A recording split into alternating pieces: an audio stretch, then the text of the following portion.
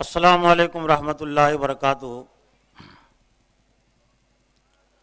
بسم اللہ الرحمن الرحیم۔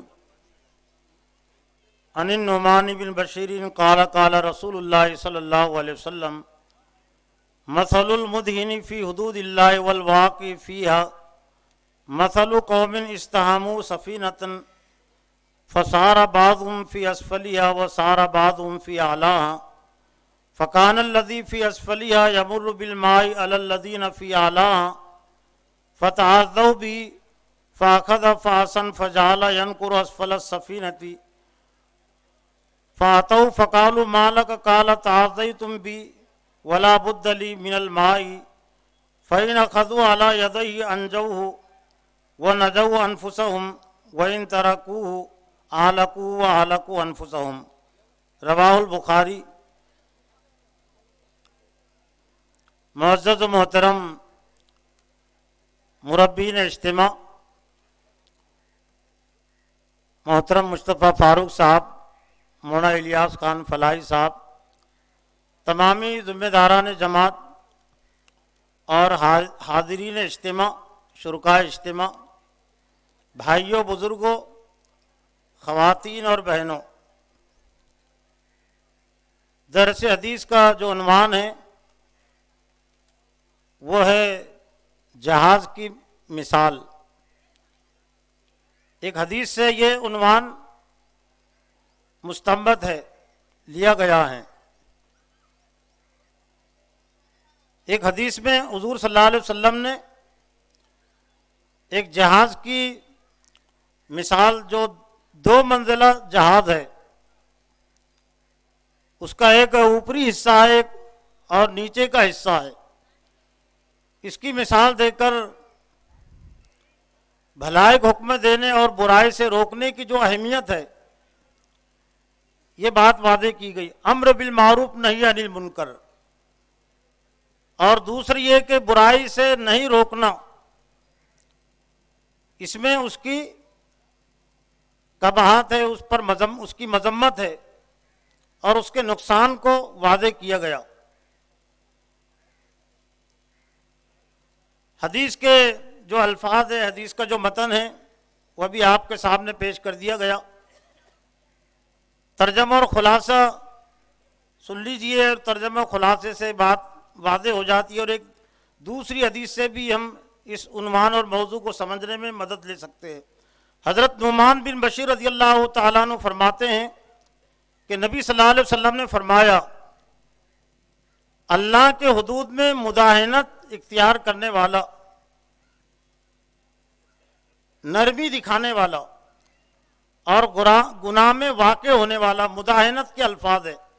مثل المدہن فی حدود اللہ، بہت جامع اصطلاح، جامع لفظ ہے۔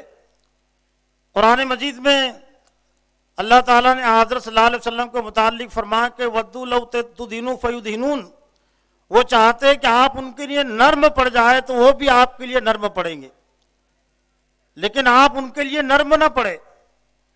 یہ اخلاق و کردار کی بات نہیں، یہ نظریات کی بات ہے۔ اپنے موقف میں اور اپنے مشن میں آپ نرم نہ ہوں بلکہ مضبوط ہو، اور اگر آپ اپنے مشن میں اور اپنے کاموں میں اگر آپ نرم پڑ گئے تو وہ بھی آپ کے لیے نرم ہو جائیں گے، لیکن یہ اللہ کو پسند نہیں ہے۔ اخلاق و کردار میں نرمی، یہ تو اسلام کی تعلیم ہے، بنیادی تعلیم ہے، لیکن ایمان اور اسلام میں مضبوطی اور اس میں نرمی نہیں دکھانا، یہ اسلام کی بنیادی تعلیم ہے۔ اور اگر کوئی ایمان اور اسلام میں بھلائی کو حکم دینے اور برائی سے روکنے میں نرمی دکھاتا ہے تو اس پر لعنت اور ملامت ہے۔ اور اس حدیث میں یہی بات کہی گئی کہ اس شخص کی مثال مثل المدہن فی حدود اللہ، جو اللہ کے احکام اور اللہ کے حدود میں نرمی دکھاتا ہے، مداہنت اختیار کرتا ہے، والواقع فیہا، اور جو گناہ میں مبتلا ہوتا ہے، تو دونوں کی مثال اس قوم کی طرح ہے۔ قوم پر ہم پوری ملت کو بھی ہم منطبق کر سکتے ہیں، اور یہ مسلم قوم ہو یا غیر مسلم قوم ہو، معاشرتی لحاظ سے، تجارتی لحاظ سے، سیاسی لحاظ سے، ایک طرح سے ایک ہی کشتی کے سوار ہے، تو گویا کہ ایک کشتی کے ایک جہاز کے ہم سوار ہے۔ تو اللہ کے رسول نے وعدے کیا ہماری اس حیثیت کو، ذمہ دارانہ حیثیت کو، کہ ایک جہاز ہے اور جس کے دو حصے، دو طبقے ہیں، ایک اعلیٰ طبقہ ہے، ایک اوپری حصہ ہے، اوپر کا منزلہ ہے، اور ایک نچلا منزلہ ہے۔ نچلا منزلہ وہ پانی میں ہے اور اوپر کا جو حصہ ہے وہ پانی کے اوپر ہے۔ تو اللہ کے رسول نے بھلائی کو حکم دینے اور برائی سے روکنے کی جو اہمیت ہے واضح کی، کہ ہوا یہ کہ نیچے والوں کو پانی کی ضرورت پڑتی ہے تو وہ پانی لینے کے لیے اوپر جاتے ہیں، تو اوپر والوں کو اس سے تکلیف ہوتی ہے آنے جانے سے۔ یہ جو سوار کرتے ہیں، جو سفر کرتے ہیں، بس کی سواری ہو، ہوائی جہاز کی سواری ہو یا اور کوئی سواری ہو، آپ اچھی طرح جانتے ہیں کہ آنے جانے سے کچھ نہ کچھ دقت ہوتی ہے بیٹھنے والوں کو، کچھ نہ کچھ شکایت بھی ہوتی ہے۔ تو اللہ کے رسول نے سمجھایا کہ جب نیچے والے اوپر پانی لینے کے لیے جاتے ہیں تو ان کو ان کے آنے سے تکلیف ہوتی ہے، ناگواری انہوں نے محسوس کی۔ تو پھر انہوں نے ان کی ناراضی سے بچنے کے لیے، ان کو ایذا بچنے کے لیے یہ کیا کہ علی الماء الذی فی اعلیٰ فتعذوا فاخذ فاسن فجعل ینکر اسفل السفینۃ۔ تو جو نچلے طبقے میں جو سوار ہے، نچلے حصے میں جو سوار ہے، اس میں ایک شخص نے ایک کدال لیا، ہتھوڑی کہہ لیجئے، کلاڑ کہہ لیجئے، کوئی بھی ایسی چیز جس سے لوہا توڑا جاتا ہے، جہاز کا حصہ توڑا جاتا ہے، وہ اس سے مراد فاسن۔ کسی نے کلاڑی ترجمہ کیا، کسی نے ہتھوڑی سمجھنے کے لیے، لیکن ایسا آلہ کہ جس سے جہاز کا حصہ توڑا، اس میں سوراخ کیا جا سکتا ہے۔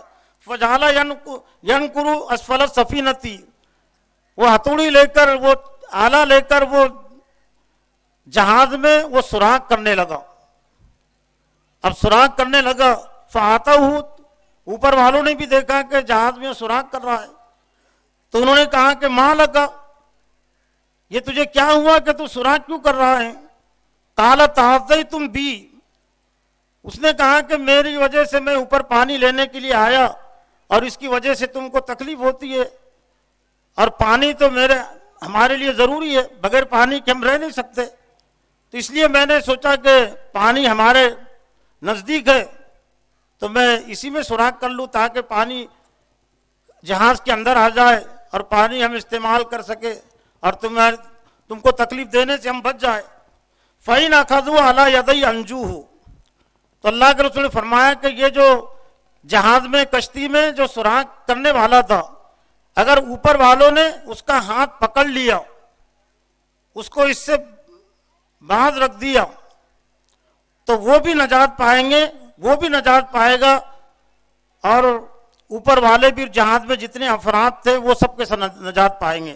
وَإِن تَرَكُوهُ أَهْلَكُوهُ وَأَهْلَكُوا أَنفُسَهُمْ، اور اگر اس نے اس کو چھوڑ دیا سوراخ کرنے کے سلسلے میں، اس کو آزادی دے دی، اس کے ہاتھ نہیں پکڑے، تو وہ بھی ہلاک ہوگا، نیچے والے بھی ہلاک ہوں گے اور اوپر والے بھی ہلاک ہوں گے۔ تو یہی حال ایک طرح سے یہ انسانی معاشرے کا ہے۔